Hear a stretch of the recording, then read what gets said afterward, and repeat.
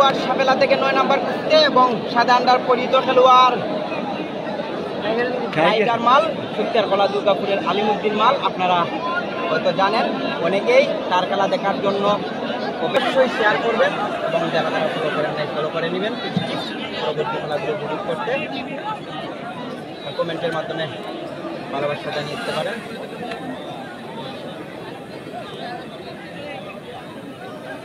আলিমুদ্দিন মালের মধ্যে আক্রমণ